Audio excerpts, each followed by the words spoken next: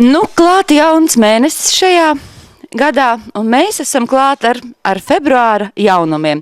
Un kā jau šodien pašā 1. februārī ir arī viens aizkrauklē ļoti jauks jaunums, un mēs esam atnākuši ciemos uz aizkrauklas sporta centru, un man līdzās ir tās darbinieki, un es jautāšu sporta centra vadītājiem Valdim, kas tad te tāds jauns pie jums ir noticies? Nu, kas jauns? Nu, nekas jau jauns nav, jau visiem zināms, ka 1. februārī mums atvērās svaru zāle.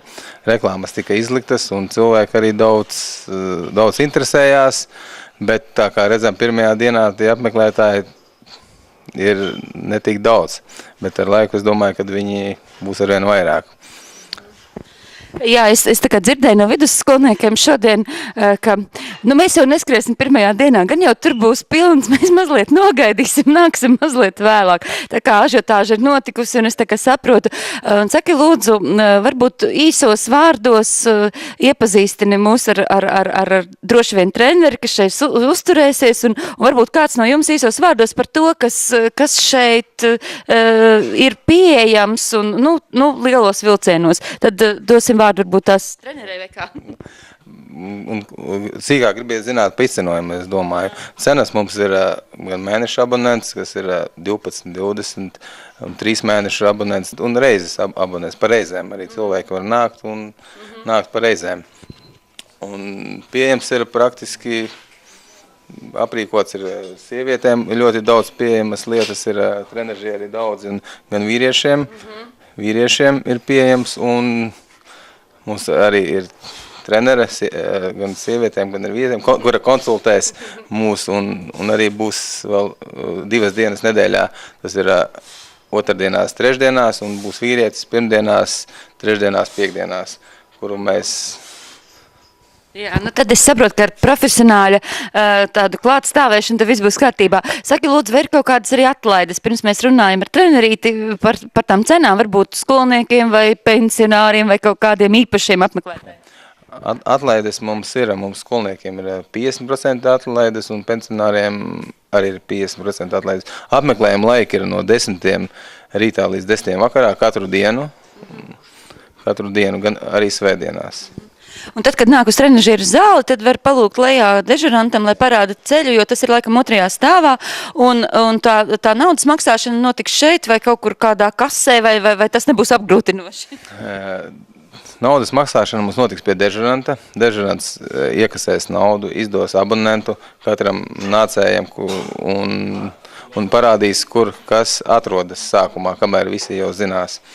Un sākumā nākot trenažieru zāli, arī tie, kas būs iegādājušies abonentus, vajadzēs atstāt pie dežuranta abonentus, un tad viņš ierādīs, kur un kā ģērbtuvēs, kurās ģērbties.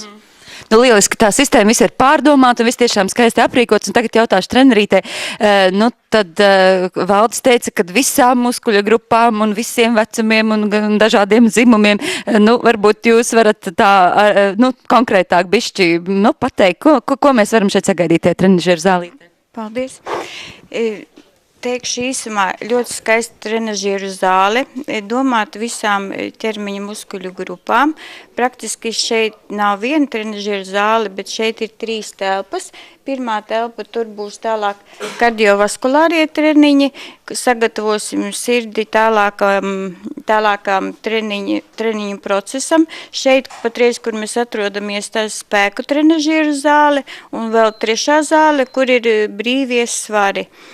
Un būs otrdienās, trešdienās no 17 līdz 22. Ko es gribēšu zināt no klientiem? Motivāciju, kāpēc viņi šeit nāk, ko viņi grib, vai viņi grib svaru samazināt, vai attīstīt stiprāku muskulatūru, vai viņi grib... Teikšu godīgi, mana stiprākā puse ir medicīniskā rehabilitācija. Ja? Es varbūt iedziļināšos jūsu slimībā, paprasīšu, kāds jums ir asinsspiediens, arī izmērīšu uz vietas, kāds ir jūsu holesterīna līmenis un pielāgošu jums attiecīgo treniņu programmu. Treniņu visu norunāsim, kā vajag. Izklausās diezgan profesionāli un arī diezgan daudzveidīgi. Sakiet, kāds ir vecuma ierobežojums? Nu, no cik gadu vecuma te varētu nākt? Nu, gluži tā kā bērniem, laikam, es skatos, tie nopietnie rīki nav domāti. Nu, vai ir tāds ierobežojums, no cik līdz cik gadu vecumam ir ieteicams nākt uz tieši šo trenažieru zāli? Uz trenažieru zāli, spēka trenažieru zāli drīkst nākt no 15 gadu vecumam. Jā, šodien jau bija zvani, kāds kungs man zvanīja, jā, es gribētu iet uz spēka trenažieru zāli, bet man ir 4-gadīgs dēls, kas nāks līdzi. Tad ir tētim jābūt atbildīgam par savu dēlu, jo te ir tik daudz, mēs redzam, puiši trenējas, ja, kur bērns var iespiest pirkstiņu un notikt kādu traumu iegūt vai kā. Tikai no 15 gadu vecuma, ja galīgi un akurāt jaunākam cilvēkam varētu pielāgot tikai kardiovaskulāros trenažierus, velosipēdu vai soļošanas, skriešanas celiņu vai steperi, tikai tā. Nu, skaidrs. Nu, tā tad tur ir drusku ierobežojums, bet visādās citās lietās ierobežojuma nav. Sakiet, kā šodien ar apmeklētību bija? Vai daudz bija atnākuši, vai interesanti ir atnākuši? Un kā jūs pati jūtat? Vai ir interese par šo trenažieru zāli vai būs apmeklētība? Es tā domāju, ka noteikti būs un uzskatu... Runājot par vecām rajonu robežām, neesmu bijusi Pļaviņās un Klintainē, esmu bijusi Bebros, Iršus, esmu redzējusi, ka šī būs vispusīgākā trenažieru zāle un ka interese varētu būt ļoti liela. Liels paldies jums par stāstījumu. Man šķiet, ka Aizkraukles sporta centrs sen jau bija pelnījis kādu vēl vienu jaunu pakalpojumu, jo šobrīd var just sporta centrā ir dzīvība, lejā ir pilns ar jauniešiem, augšā ir pilns ar jauniešiem, sporta zālē šodien, manuprāt, volejbols notiek un visur viss notiek un tā kā pamazām telpas arī piepildās un apmeklēt sporta centru, būsiet veselīgāki. Mēs esam tagad satikuši pirmos trenažieru zāles apmeklētājus un trenerīte teica, ka ar zelta burtiem ierakstīs trenažieru zāles vēsturē jūs kā pirmos. Izmēģinājāt, kā patika un kāds jūsu iespējas? Sākumā atnācām, biju mazliet šokēts, jo tomēr tehnika ir diezgan moderna un mazliet tā apstulbām, jo nezinājām, ar ko sākt, bet iemēģinājām vispār baigi patīkami un ir super. Jūs arī iemēģinājāt? Jā, it kā iemēģināju, un tas pirmais iespējas bija tā, ka ienācām pirmajā zālē un likās, ka viss kaut kas ir, un tad mums vēl parādīja otro zāli un vēl trešo zāli, un tad vienkārši būs ko darīties un ņemties. Un te jūs saņēmāt treneri tā kā konsultāciju, ko labāk lietot, cik daudz, vai jums arī pašiem pietiek zināšana?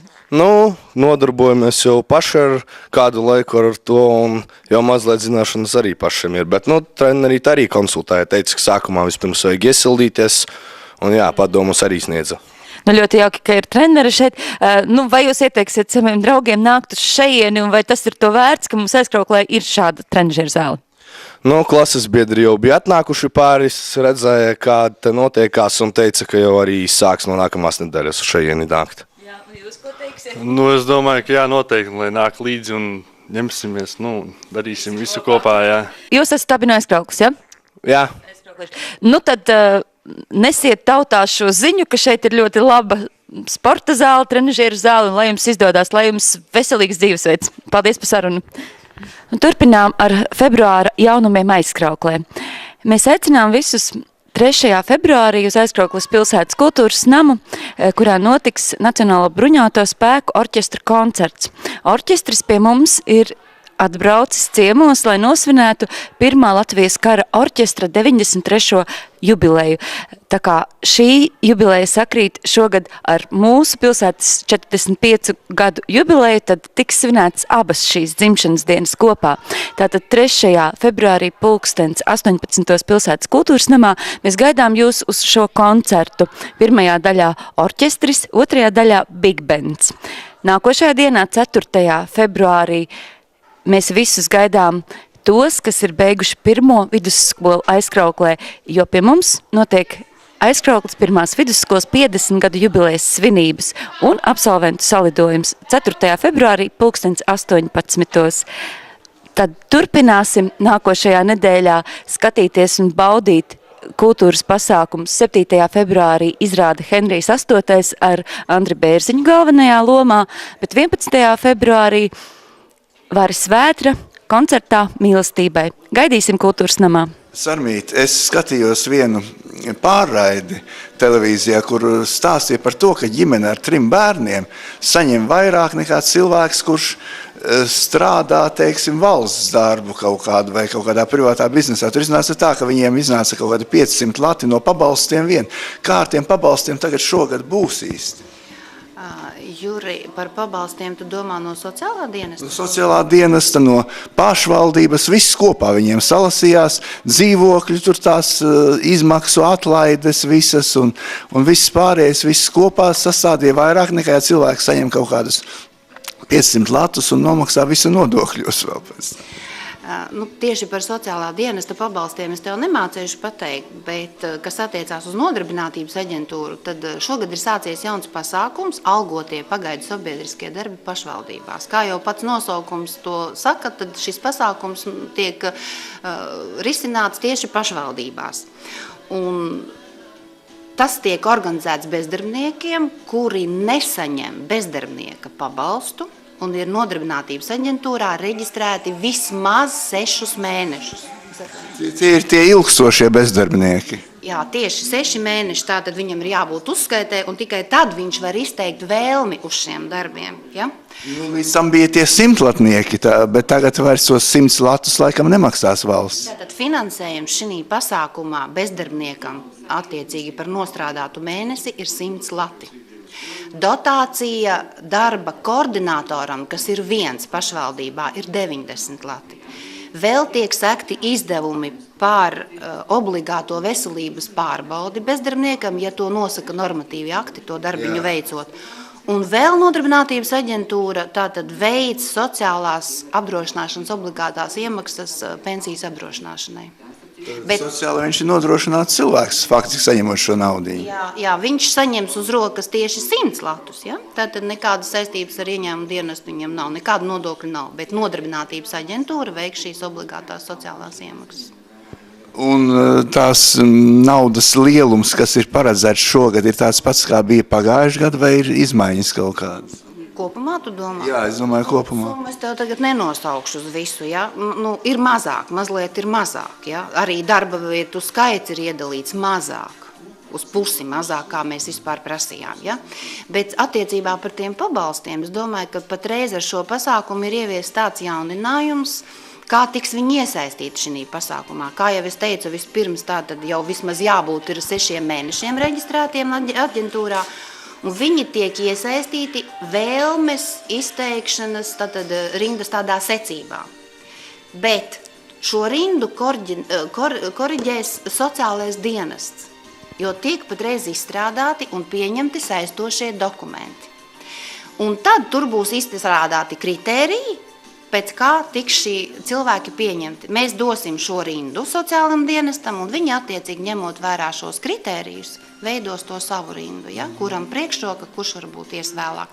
Varbūt, ka tad arī tie pabalsti būs bišķi mazāki, ja? Jo viņi jau zinās, kad viņi kādu palīdzību dod cilvēkam, un tam, kam nebūs uz to brīdi, tad viņš varēs strādāt nodarbinātības aģentūras pasākumā.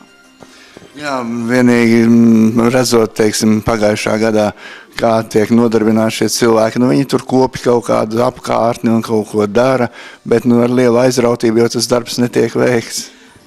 Zini, Juri, es tev šī ziņā gan piekrītu, gan arī gribu nepiekrist, tāpēc cilvēki ir dažādi, ja?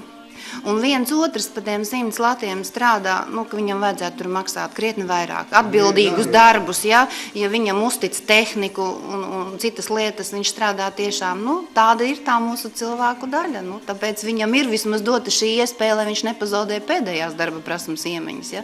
Jo tad, kad mēs aicinām uz šo pasākumu, tad viņš vēl nav pamodies no rīta, viņš jau ir atradis, viņš ir izgājis no tā ritma, viņš nezin, kā tas ir, kad ir jāceļās un jābūt 8 darbā un 8 stundas ir jānostrādā. Vienalga kādu darbiņu darot.